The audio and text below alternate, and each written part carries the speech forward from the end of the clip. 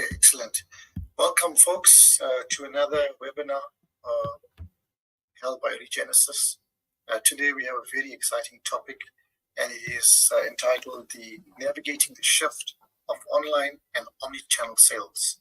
And with us, we have our honored and esteemed guests, who I'm going to ask to introduce yourselves very briefly.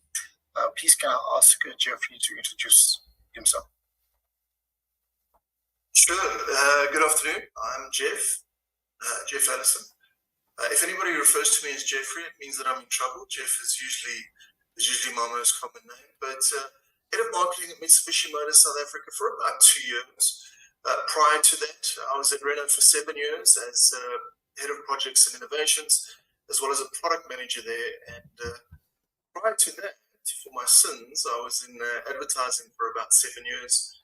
And for a large chunk of that, I looked after the Renault account. So very much experience in the advertising and marketing space. Thanks, Jeff.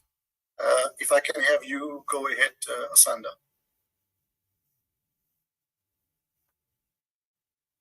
Good day, everyone. My name is Asanda Mzanyati. I'm the executive for business development at AIDC, which stands for Automotive Industry Development Center.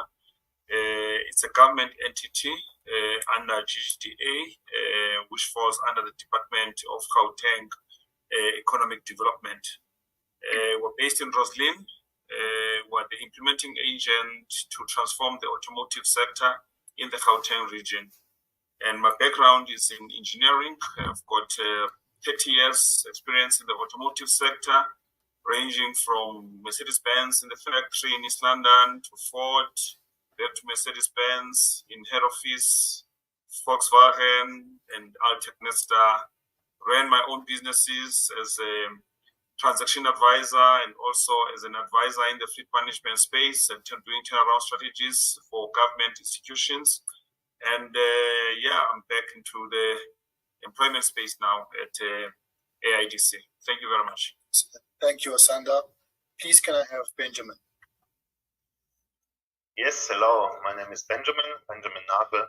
I'm the General Manager Sales and Distribution for BMW South Africa. I'm here since 3 years in this role. Before, I had various roles in Europe or Germany for BMW, also in a retail outlet, and also some 4.5 years in India for BMW and Mini. And I'm looking forward for our discussion today. Thanks, Benjamin. Tato? Hi, my name is Tato Lecheta. I'm currently brand consultant at VWSA in passenger vehicle section. Been with the company not too long, actually, just 5 months at the moment. Prior to that, I've been in the oil and gas sector for quite some time. Also advertising. Bands within the motor vehicle sector as well when I was in advertising, and also tech side as well. Excellent. Thanks so much, Tato. Last, we have Christo. Last but not least, thanks for the opportunity. I'm Christo Valentine. I'm the head of marketing at Kia South Africa. I've been in this role for about 3 years now. With Kia for 9 years in total, so I've looked after various parts of the marketing department in that period. And prior to that, a little bit of everything, mostly journalism for about a decade, specializing in motoring. Brief stint in automotive component manufacturing before that, and then a few other things that will write off to the foolishness of being youthful. Excellent. Thanks so much, Christo. Guys, my name is Kapil Jagat, and I'm the CEO for Regenesis Corporate Education, as well as joint COO of Regenesis Group. Now, many of you don't know, but Regenesis is not just a business school. Founded in 1998 with the intention of creating conscious leaders. And if you look at where we find ourselves today, globally and locally speaking, we are in dire need of conscious leaders. Today, Regenesis is not just a business school, but a group of companies. We have the business school, we have a digital Regenesis business that does online training and upskilling on various salient and trending topics. We have corporate education, we have a Reg Cafe, we have a talent and recruitment company, and we have a health and wellness business called Healthy. We also have an investment and equity business called My Wealth. So guys, in addition to that, Regenesis has created a non-profit organization. And this organization was created out of the founders sort of wanting and need to create access to education for everyone. And this is called Ed for All. In Ed for All, Regenesis allows students who are disadvantaged to access business school qualification for as little as 500 Rand a month. And the idea is that, once they get employment after 3 years, they'll probably pay us back. And, the idea is to break the cycle of poverty. So I don't think many are in that space, or many are doing that.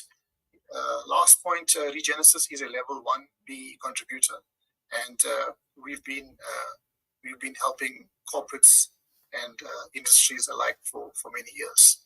So guys, welcome to our webinar on automotive retail, navigating the shift of online and omni-channel sales. Join us as we explore the transformative landscape of automotive retail, where digital innovation, changing consumer behaviors are reshaping the way vehicles are bought and sold. A lot of industries have been reshaped, and some industries are starting to be reshaped. One of them is the automotive industry. Let's try and discover key trends, strategies, insights to stay ahead in this dynamic industry, and let's embark on this journey together and unlock the full potential of an exciting discussion. Okay, I will go ahead with the first question from my question bank.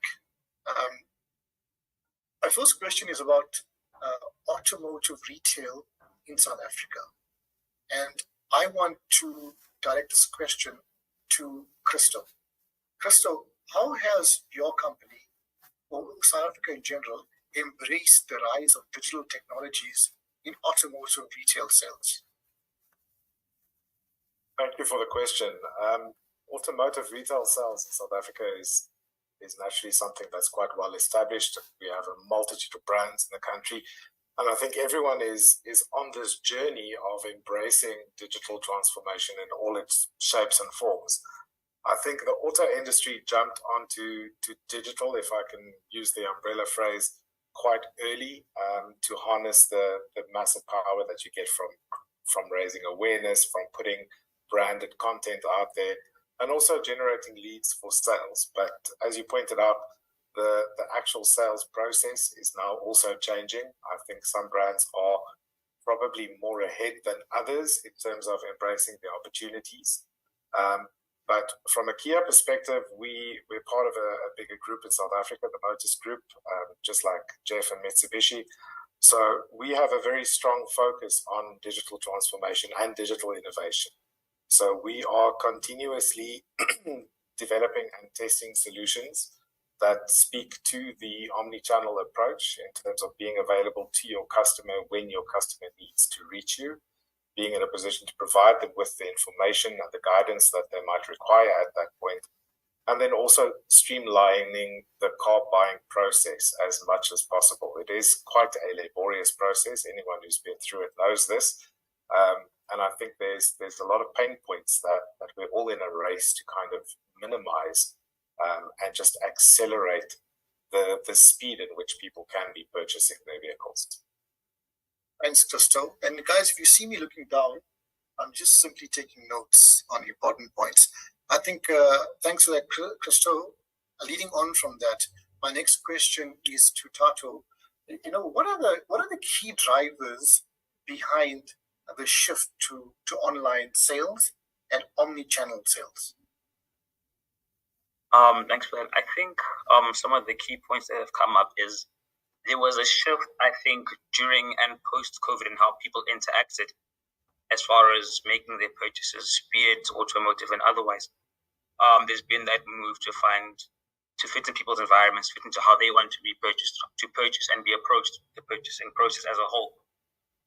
Very much a big on-demand economy is coming to play, with people wanting things at their hands, be it browsing for vehicles and everything in that regard.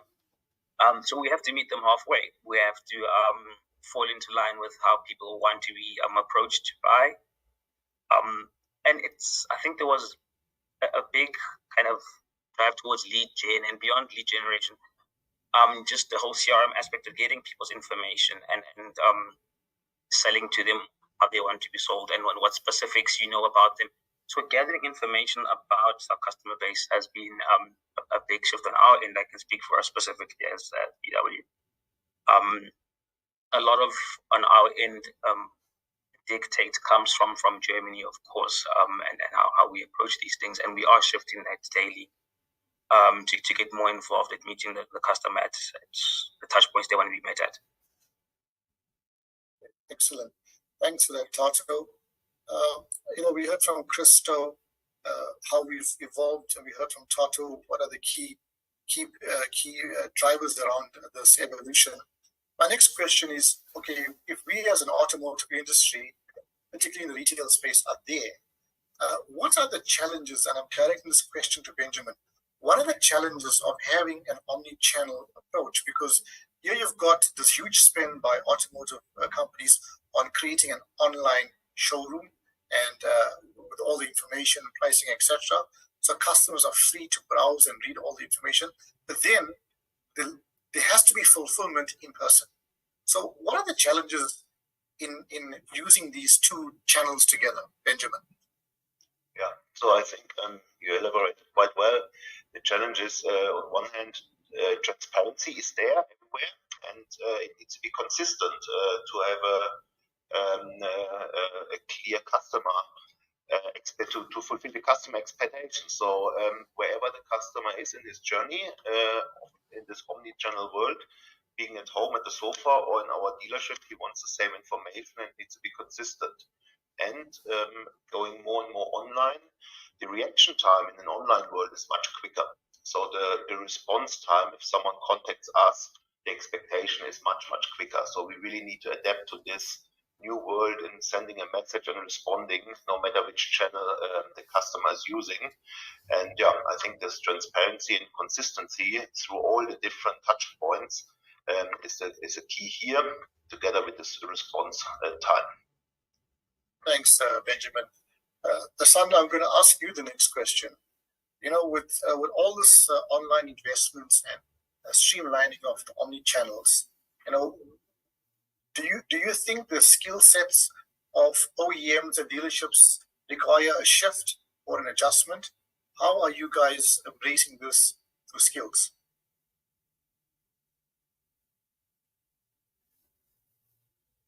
Thanks for the question.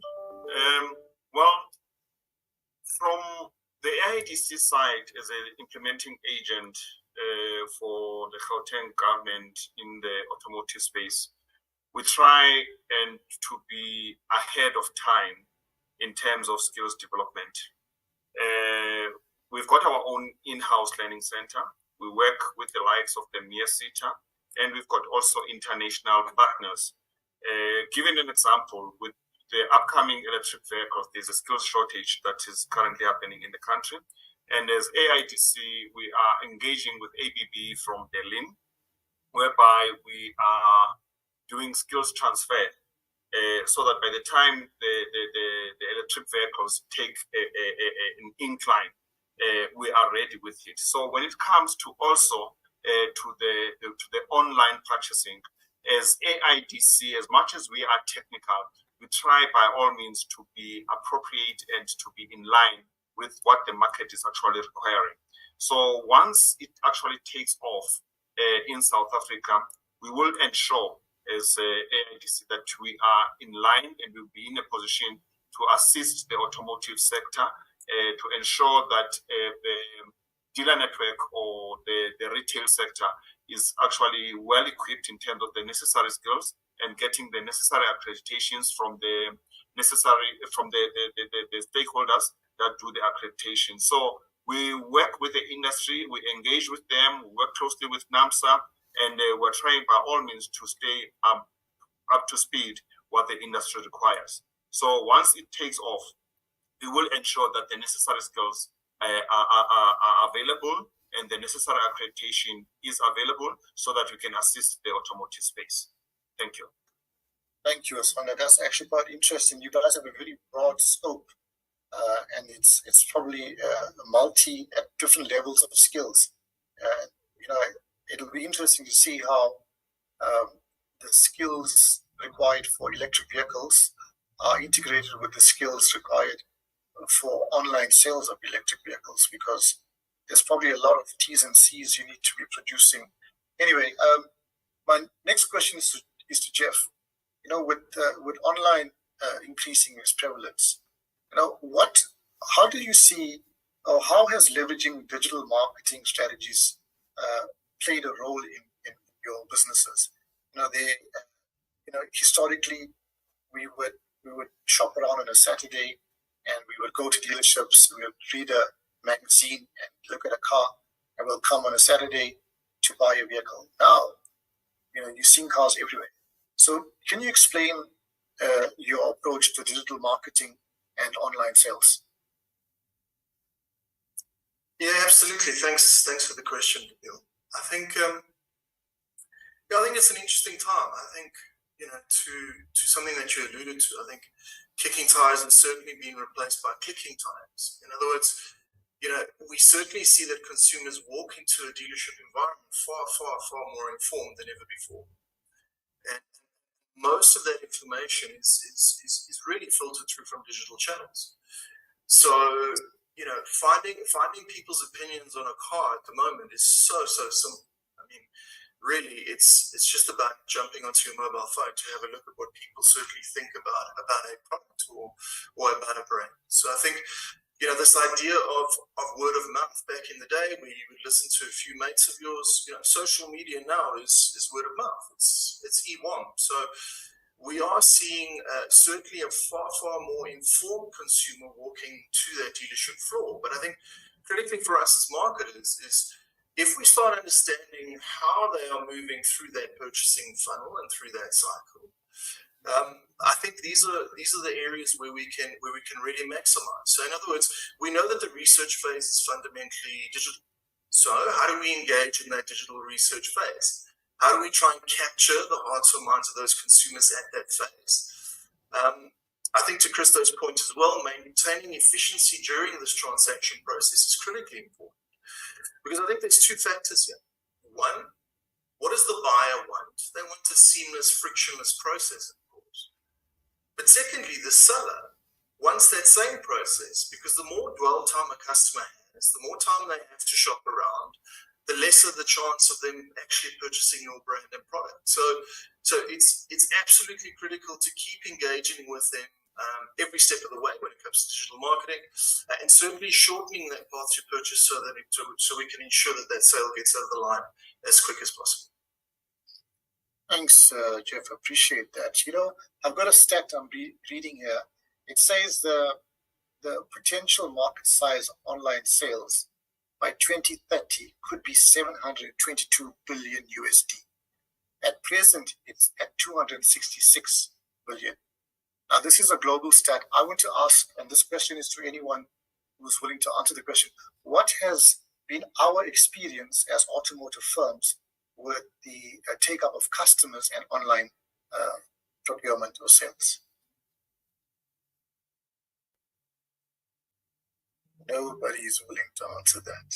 I'll start. I think it's a very interesting question. I kind of agree with that stat. And I mean, if you look at it from a global perspective, and we're talking about billions of US dollars, it's not actually impossible to get to a $700 billion industry in the next 5 to 6 years. I think that we will see massive lag in South Africa. I think us car people, we tend to segment things quite often, and I think you need to consider the various brands in our country. I think Benjamin might probably be able to give us some insights from the luxury brands, because the model employed by luxury brands compared to the sales model employed by mainstream brands is vastly different. So in the mainstream brand world, we are not seeing a massive demand from customers who want to do an end-to-end online purchase yet. there's certain parts of that journey that people are quite keen on, but they do get stuck at the fulfillment phase, which they prefer to have in person.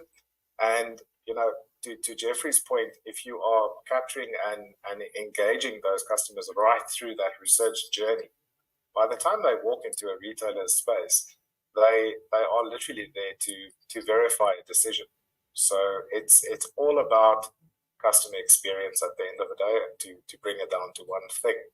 And I think once we start replicating that in dealership customer experience that the industry's very worked on for decades, and marrying that with the opportunities of online, as well as educating consumers about the ease, the convenience, the safety, the transparency that comes from online sales, only then are we really going to start taking big strides forward. Thanks, Just. I see, Jeff, you have your hand up. You can go ahead. Yeah, thanks. Thanks so much. Echoing what Christo said, I think if we're talking about an end-to-end digital solution, I think that future is very, very far away. I think what becomes critically important when considering this omnichannel experience is making sure that we give the customer or the potential customer the opportunity to dip into the digital world or the physical world, however they see fit, at any point of their purchasing, any point of their purchase within that funnel. So in other words, you may get a consumer that very much needs to test drive a car before they purchase it. That can only happen in the physical world.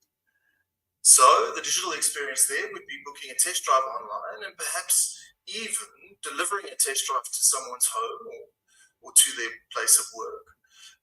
But certainly this idea of an omni-channel end-to-end buying experience, I think is critically far away. I mean, if I had to ask anyone in the room who would purchase a house purely online end-to-end, they would say absolutely not, right?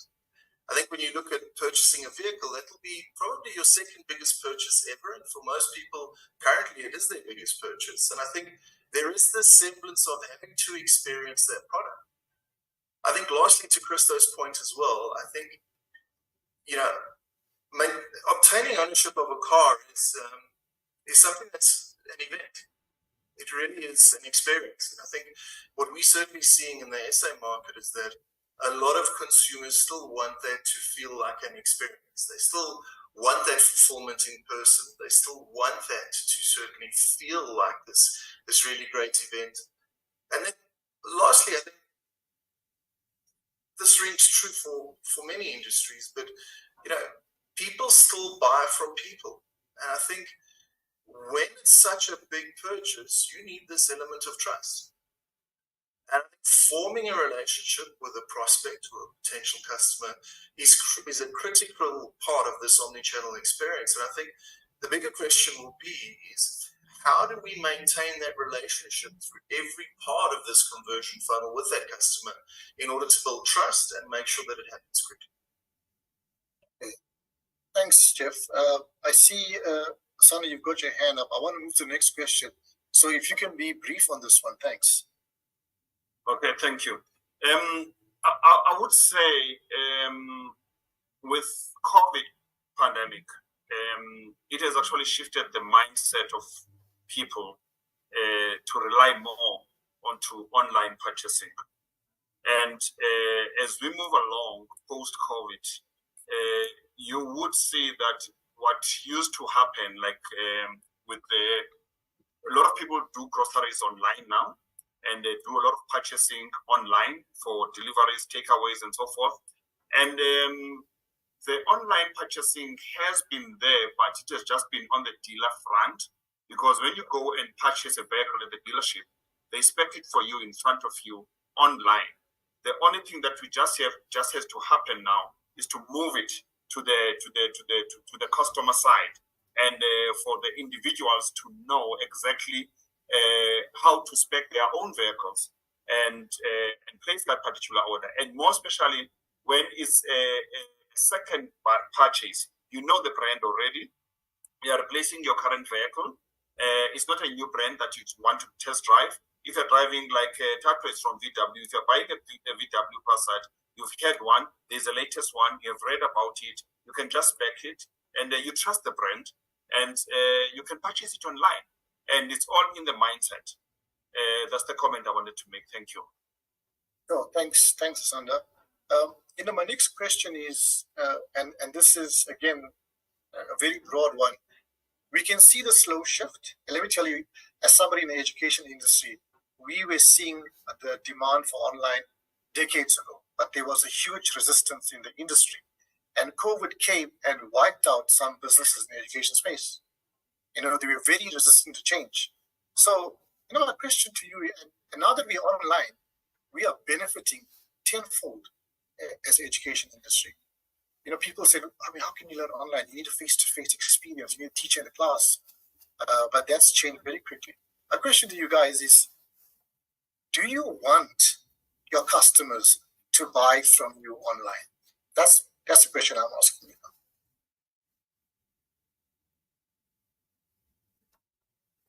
now. Could I comment on that one?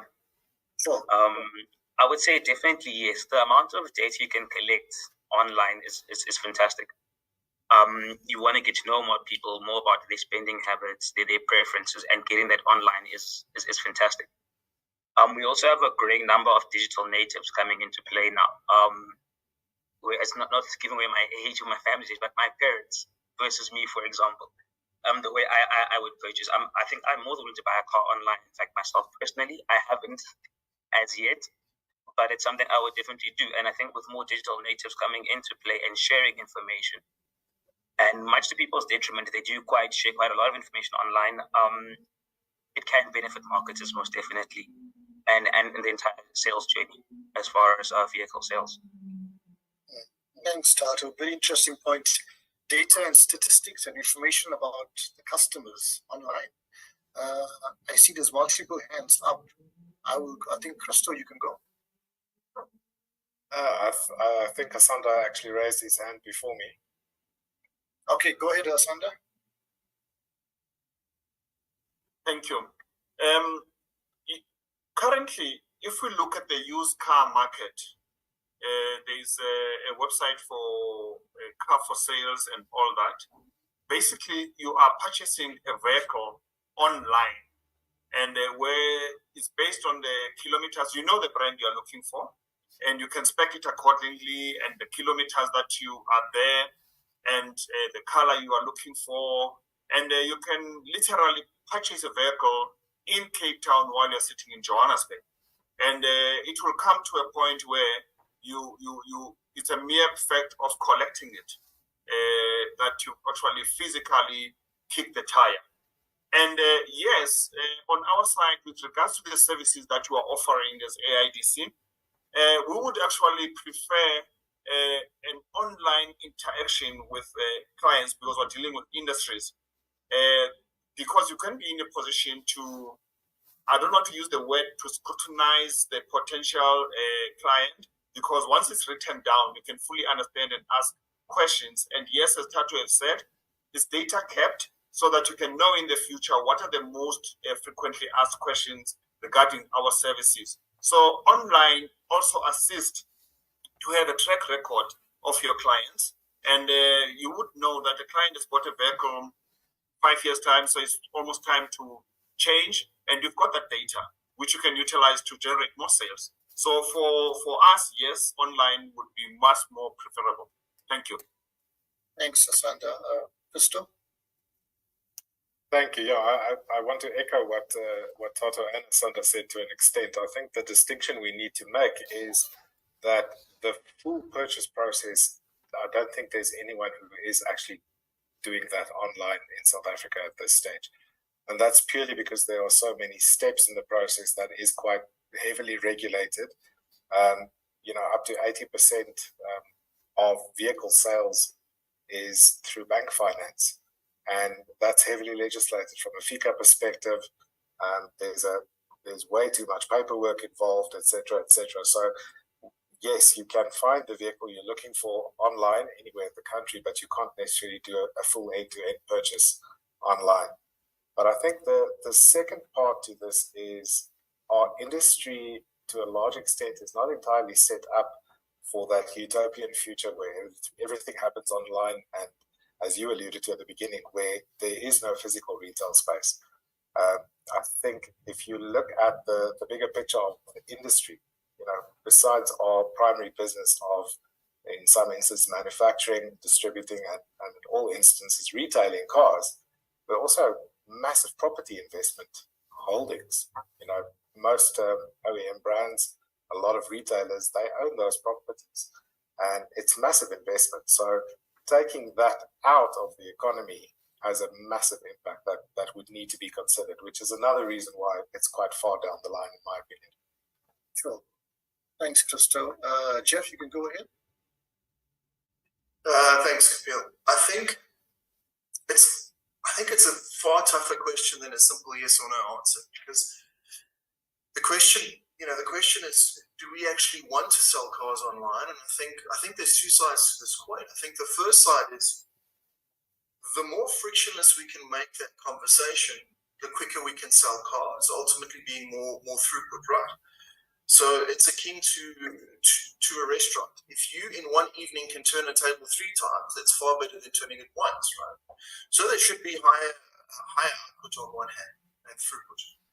On the other hand, our dealer networks are the lifeblood of this industry.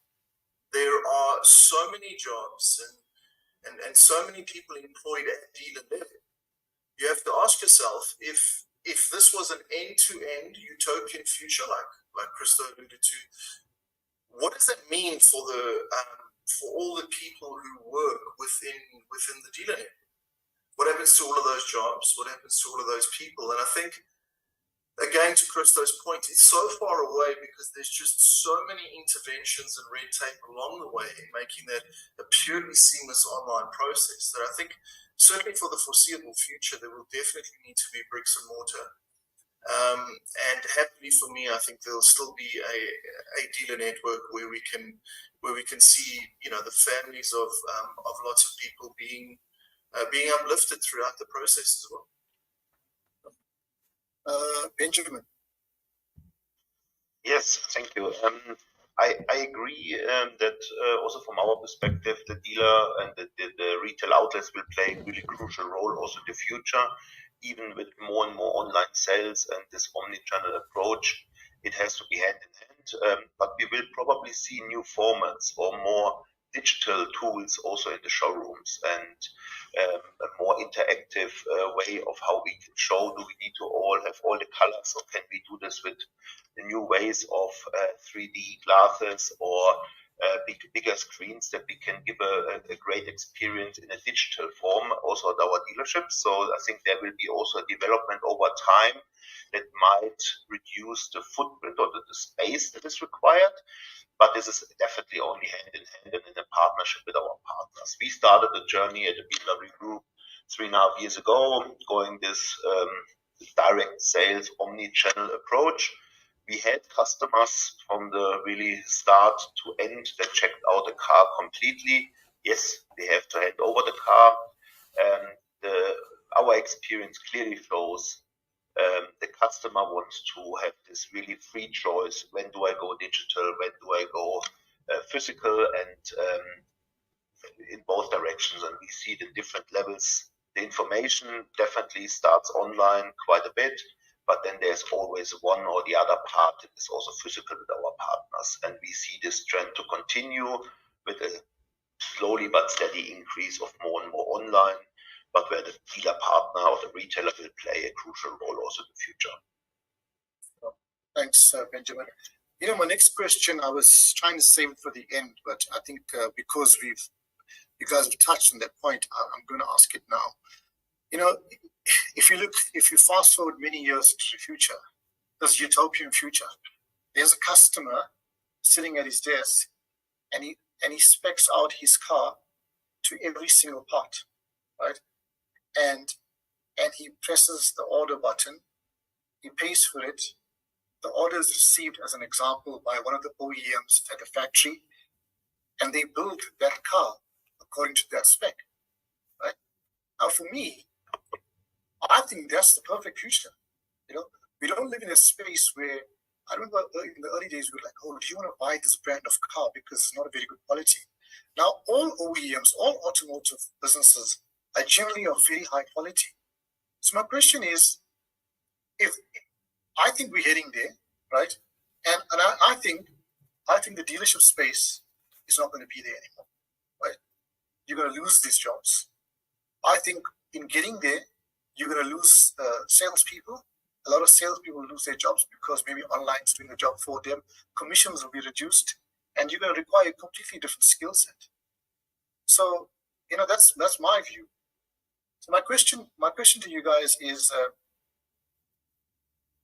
online is going to change consumer preferences, yes or no?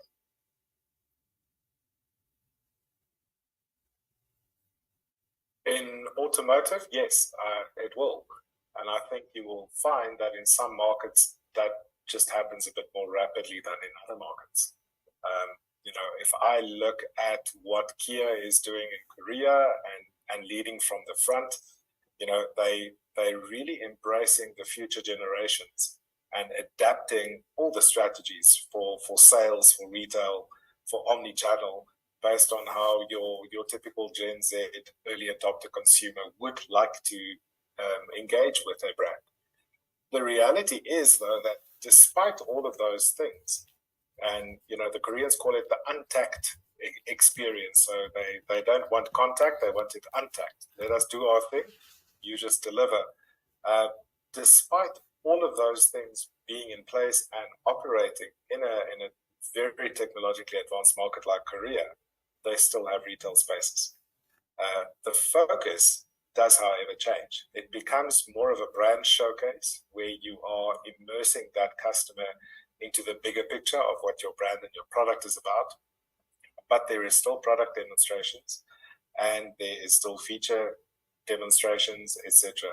You can throw an entire computer into your car. You can do over-the-air updates, features on demand.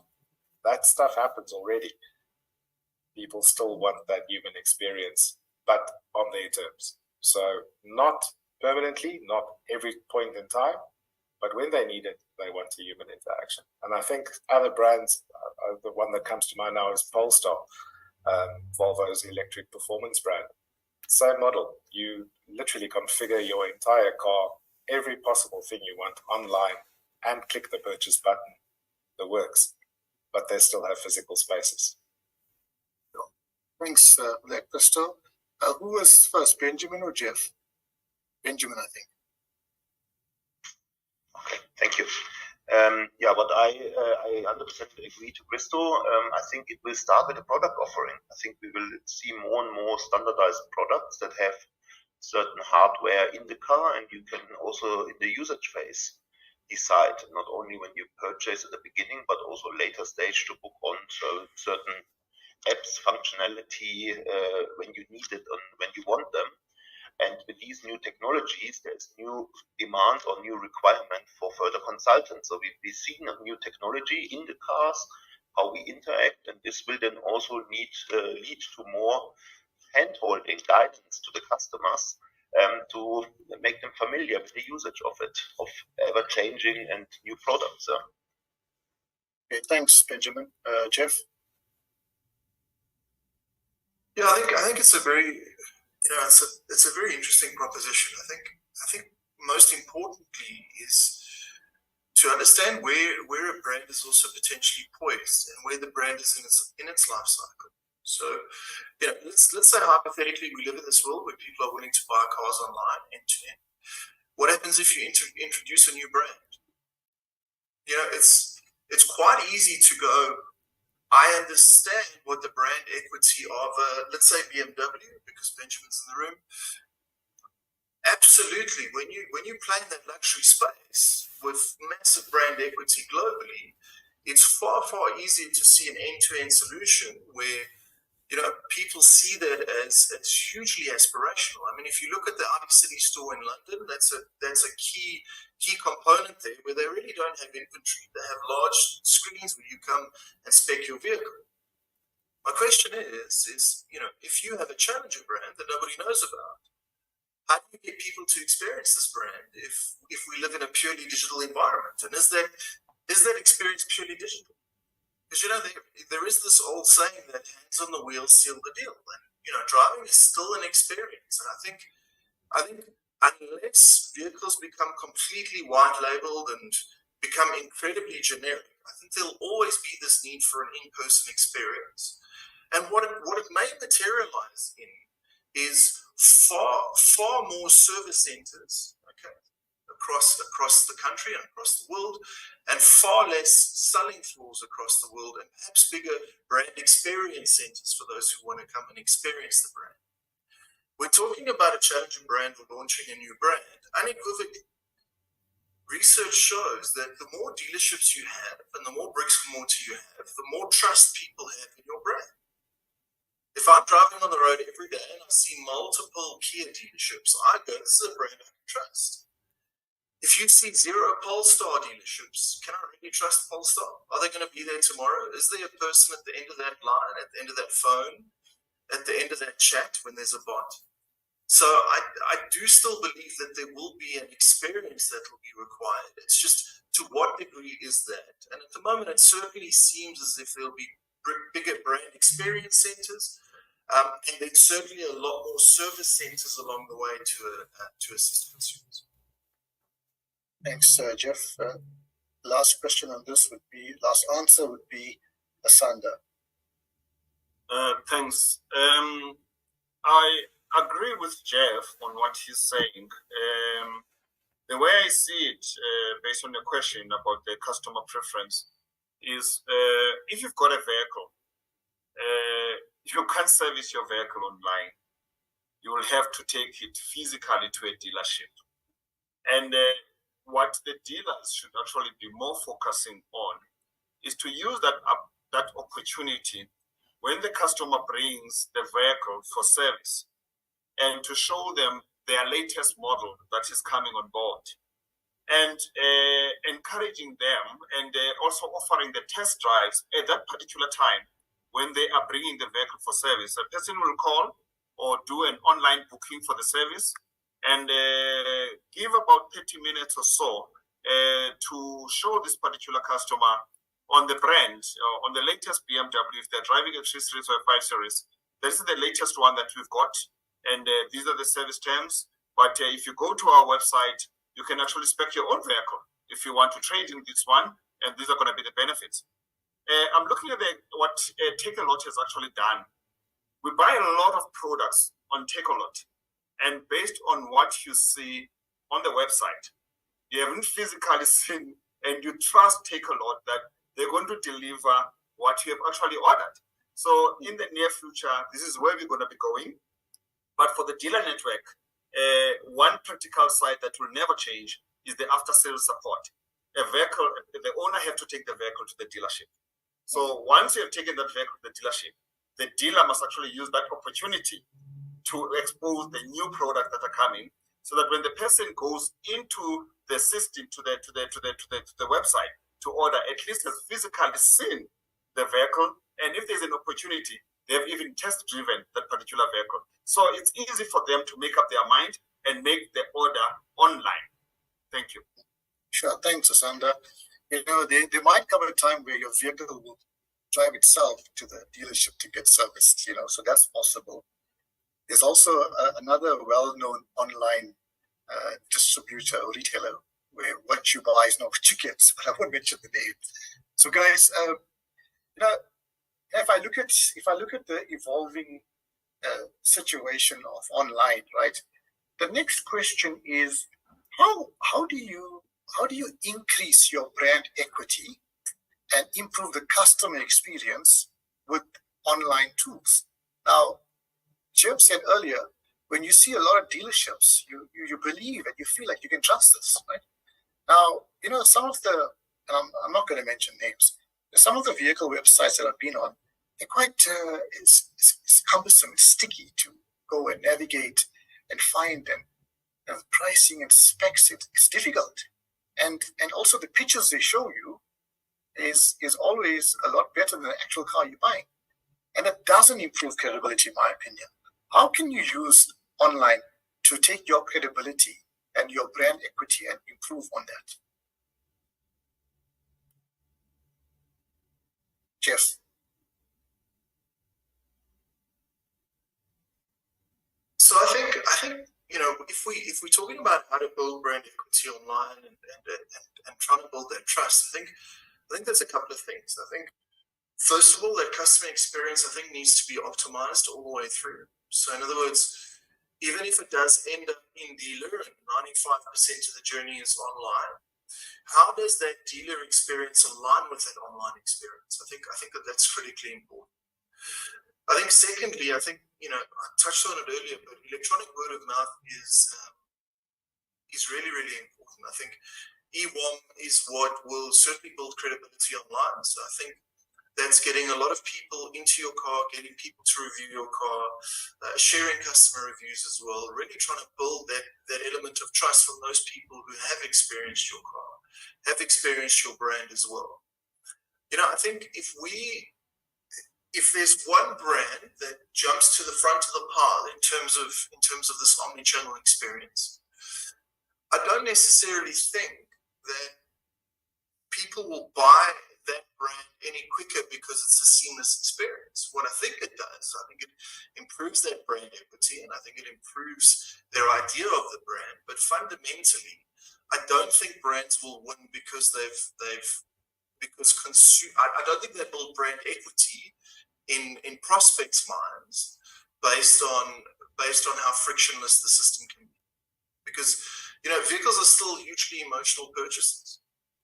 If I want a BMW M3, I want it. Whether I can get my finance app done in a day or whether it takes a week, I fundamentally want that vehicle, right? So I don't think that building brand equity will be done because you have a more seamless experience in the prospect's mind. But certainly you can build this brand affinity and brand love and brand retention, I guess, consumer retention, by improving this experience along the way. Thanks, Jeff. Tato? Thanks. Yeah, I think a really big factor on that brand equity and the strength of brands is out of our hands, unfortunately, a lot of the time because of social media. People are going to get their feedback either from us directly or from their friends on Twitter and on Instagram and Facebook. Now it's up to us as brands to also get involved on the social media platforms to engage with customers. I think back when there was a time of semiconductor shortages and people asking about certain vehicles and certain issues with vehicles in general, a lot of response and feedback people were searching for on social media, not on brand websites. So there needs to be a part played by brands to say, look, we have to be active there as well. We can't just be active on our website and our dealers and be passive. We have to proactively go out there, update people, give them information on products, on our service providing, new vehicle releases. So I think our participation in social media has to increase and get smarter and meet the more active people on social media. I wouldn't say in their language, but maybe in at a pace and consistency they prefer. They want information now, they need to get it now. You find a lot in the banking sector when people have complaints and queries, they go straight to social media. They don't call the banks. I've seen that happen with vehicles as well now, where people go straight to social media for their communication, not just the website. So it's playing a really big part, and we have to be very active in that and participate. Thanks, Tato. Building on that, as businesses, we all want to increase our sales. That's why we're there. And obviously we've got to make profit for the shareholder and so forth. Now, I know the vehicle industry can be quite cutthroat when it comes to sales, pricing, bargaining, discounts. Do you see that process changing or being influenced by online? And how do you see that happening? Benjamin. Yeah, thank you for that. So basically, I feel one is it gives a great opportunity to be very targeted. That's in the communication to the customer. We serve information that the customer wants and needs at a certain time that is relevant for due to the data we have, due to the knowledge we have. And that's also due what you're relating to from a very customized offer. We know what the customer is driving, so let's go very targeted and offer this customer a key solution. Continue with the same amount, but drive the latest models. And I think there's a big chance not putting up a huge billboard with a red cut-through price tag, but a very customized and very targeted, not spray and pray, but really targeted and individualized approach in the communication and the offering. I think there's definitely a big chance. Thanks, Benjamin. Jeff? I think to echo Benjamin's point, I certainly believe that. Look, I think it's actually happening at the moment. I think the online and digital space is certainly influencing that. I think it's fair to say that, you know, whenever people are cash strapped, they're looking to buy on price, no doubt. Naturally, for us as custodians of brands, we need to ensure that we continuously build the value into the product if our price is there, and that's fundamentally what brand equity is. But certainly, I think what helps advertising in a digital space is this idea of one view of a customer, this idea of understanding implicitly who your customer is, gathering that data and understanding where they are within their purchasing cycle, which is really difficult to ascertain in an offline space. So it certainly makes sense that we will see far more advertising in a digital space, and you know, truthfully, to call digital a channel at the moment is also antiquated. I think digital is just part of everything that we do nowadays. And I think any above the line activities or below the line activities outside of digital that we engage in is certainly to complement that digital experience. Because, you know, if you look purely at an ATL space, it's very difficult to understand where your consumer is and what their behavior is. So harking back to your point about whether we see this online space affecting this sort of heavily trading industry around discounts, absolutely, it's happening at the moment. It's a massive part of lead generation, which is this digital space, and I think it will continue to happen. Thanks, Jeff. My next question is multi-layered. You know, there might be complexity in your space when you've got a single OEM pushing a particular brand or a particular make of a car, but you've got multiple dealerships, right? How do you balance that out? You know, is there opportunity now for dealerships to be focusing online versus the OEM? How does that balance out? And actually, no, I'll leave it at that because my next question is slightly different. So let me ask that question. How do you deal with the complexity of an OEM campaign versus a dealership campaign online?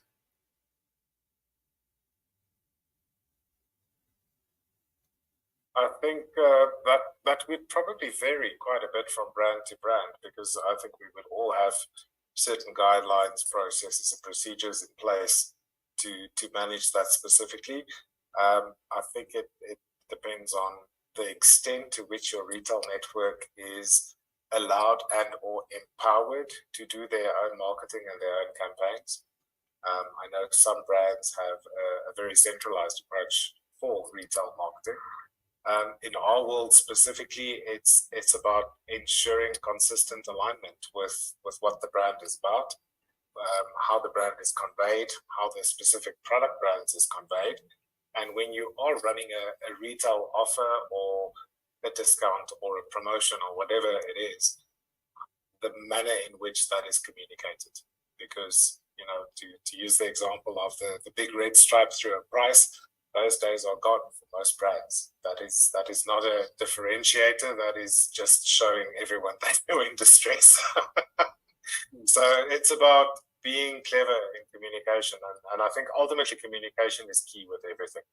And it's literally just using the various communications channels available, that omnichannel approach that we keep referring to, and making sure that the rules of engagement are properly defined and adhered to. Thanks, Justo. Tato? Yeah, I think from our end, even though the dealers are independent, they are our partners at the end of the day. So we try to collaborate as much as possible, but collaboration also means I'm sticking to, for example, our brand CI. Really just making sure that things are in line with the brand as a whole, not deviating from that to be too individual as a specific dealer. So we're more than happy to see it happen. I think some of them are really, really good at it, in fact. And it's just a matter of support as far as brand CI branding, whether it be for us on new sales or on Mastercard, which is our pre-owned division. We like to collaborate on that as far as branding, and within dealerships and online, we can give support. We have tools for them. In fact, we provide online in a portal for all our dealers as well who are signed up to it, to give them certain collateral for marketing activities as well. So we definitely support it, yeah. Sure. Thanks, Tato. Jeff? Yeah, I think Tato and Krista has obviously spoken to the solution, but I just thought perhaps a little bit of context and insight for the audience. I think it's probably one of our biggest challenges as marketers, at least. Because I think whenever you build a brand, irrespective of whatever time frame it is, whatever period of time it is, you have to make sure that every single experience with your brand is one that is consistent, right? Every interaction. So at the moment, when you have a dealer network that may be a little bit fragmented, in other words, certainly for Mitsubishi Motors, we don't own any of our dealerships, and all of our dealerships are multi-franchise environments. In other words, one facility will have multiple brands. That means that curating a consistent experience from the digital realm all the way through to dealer is tough. It's not easy. I think the other challenge that you have is if you went onto Google now and you searched for a Kia Seltos, hypothetically, Krista, you'll see multiple results that pop up. So you'll certainly see the Kia OEM website or the importer website, okay? So that's owned by the brand. You will see a Motus retail network ad there somewhere. And then certainly along the way, you will find other third parties, whether they be independent dealers, multi-franchise dealers, used car portals. So ultimately, how do you curate this consistent experience, even in a digital world, where you go, this is what we have, and this is what our dealers have? And I think this is the thing that probably keeps us up most at night, is to go, how do you curate this consistent brand experience all the way through that process? Thanks, Jeff. My next question, perhaps the last question, is, for any aspiring young person wanting to get involved in the automotive industry, what would be your advice, considering that the automotive industry is evolving and change will happen, So what would be your advice to any young aspiring person?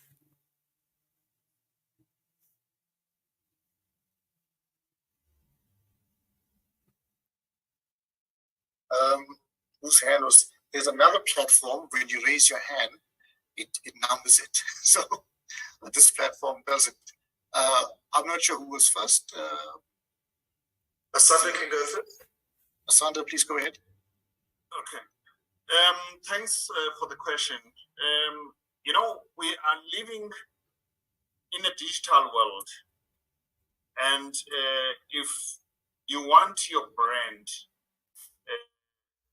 to be marketable, you have to move with the times, of which the technology, which is the digital technology, plays a huge role. And Tato mentioned about the social media. There's a lot of advertising that actually happens in social media, and a lot of people are actually using the social media to sell their brands, not only in the automotive space. For anyone that would be looking at entering the automotive space, one will have to seriously invest into the digital technology in terms of the marketing and sales, and use every platform available and train their staff accordingly as to how to respond to those requests. And what is more important, if you would, I use an example with the insurance industry. If you go online and you want to purchase an insurance, whether it's for your car or for your household, trust me, within 15 minutes, somebody will call you. So also in the automotive space for the online retail, they have to follow suit. You can't be putting a request online and then a day or so goes by without any response to you. So the turnaround time has to be as quick as possible and take lessons from the insurance industry. Thank you. Oh, thanks, Asanda. Next we have Benjamin. Yeah, I can really encourage every young person to tap into the automotive industry. It's every morning a pleasure when I start my car and drive to work. I'm always with a smile, but be open for changes. What happened in the 2 days ago might not be the practice in the future. So no matter if it's from a manufacturing background in an automotive context to the marketing or sales, you need to adapt to the environment, to the industry, to new trends and new technologies. So that's why stay open-minded, stay informed, but it's really worth to go into the automotive industry. Thanks, Benjamin. Jeff? My advice would be to stay away. I'm just kidding. I absolutely love this industry. I think it's a great industry. I think it's fantastic for a number of reasons. I think first and foremost, to be able to retail an asset or a liability, which is part of the challenge, with such a high price tag is an incredibly rewarding experience, as a marketer, as a salesperson. I think getting those sales over the line can be incredibly rewarding. A little bit of advice I would give, which I think is a little aligned to what Benjamin was saying, is be curious. Keep looking out there and having a look, even at inspiration from other industries completely. Have a look at some of those trends that are happening. At the moment, it's a digital trend, but who knows in 20 years' time what those trends would be. Have a look.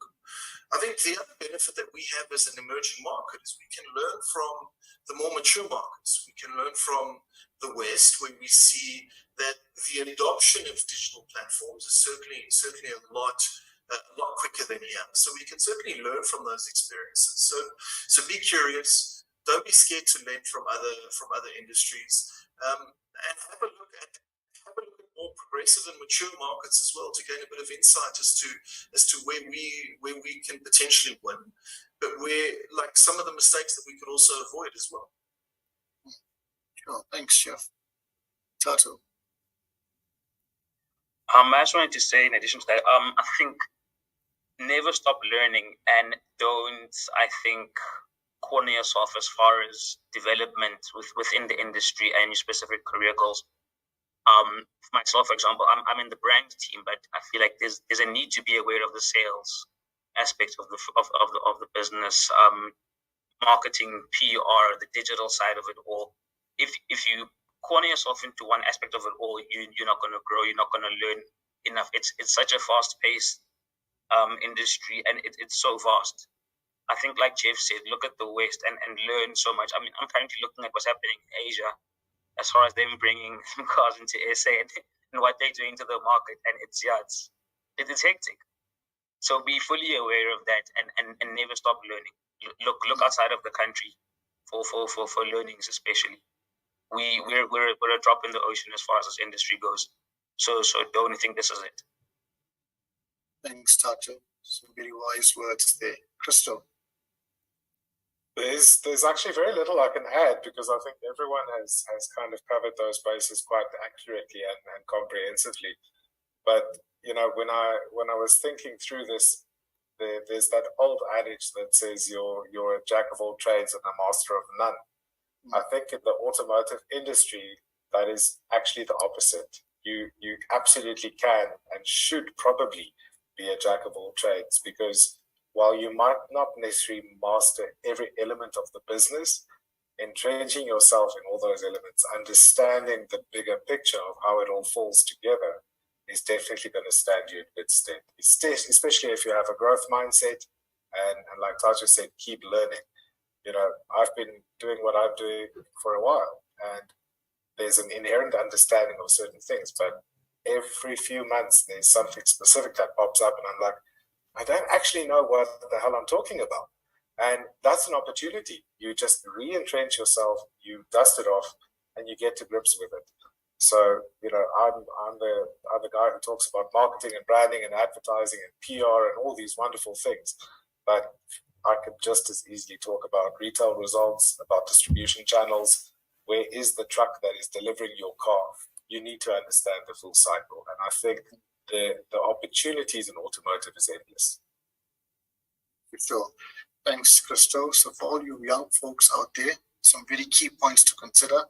And I think the automotive industry, whilst relatively immature in terms of online, specifically in South Africa, I think there will be a time where online abilities, sales, and other aspects would be ubiquitous, and it'll